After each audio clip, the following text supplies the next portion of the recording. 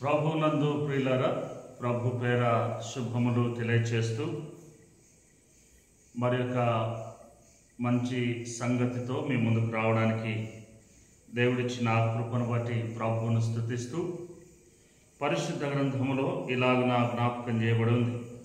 రోమీలకు రాసిన పత్రిక 12వ అధ్యాయము 9వ వచనం. మీ ప్రేమ నిష్కపటమైనదై ఉండవలేను, చెడ్డదానిని అసహించుకొని మంచిదానిని హత్తుకొని యుండుడి. ప్రభునందు ప్రియులారా, పౌలు రోమీలకు జ్ఞాపకం చేస్తూ ఆయన అంటాడు, మీరు చెడ్డదానిని అసహించుకొని మంచిదానిని హత్తుకొనుడి. సమాజంలో ప్రతి మనుషుడు కూడా చెడ్డదాని వైపే ఆకర్షితుడిగా మారిపోతూ ఉన్నాడు, మంచిదానికి దూరముగా ఉంటూ ఉన్నాడు.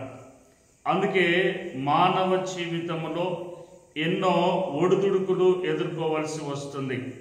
కనుక నీవు మంచిదానిని హత్తుకొని ఎడల నీ జీవితము నా ప్రారంభంలో కొంత సమస్యలు రావచ్చు, కానీ అంతము సమాధానముగా శ్రేష్టముగా ఉంటుందని ప్రభు పేర జ్ఞాపకం చేస్తూ దేవుడు మనలను అలాగున నడిపించును గాక.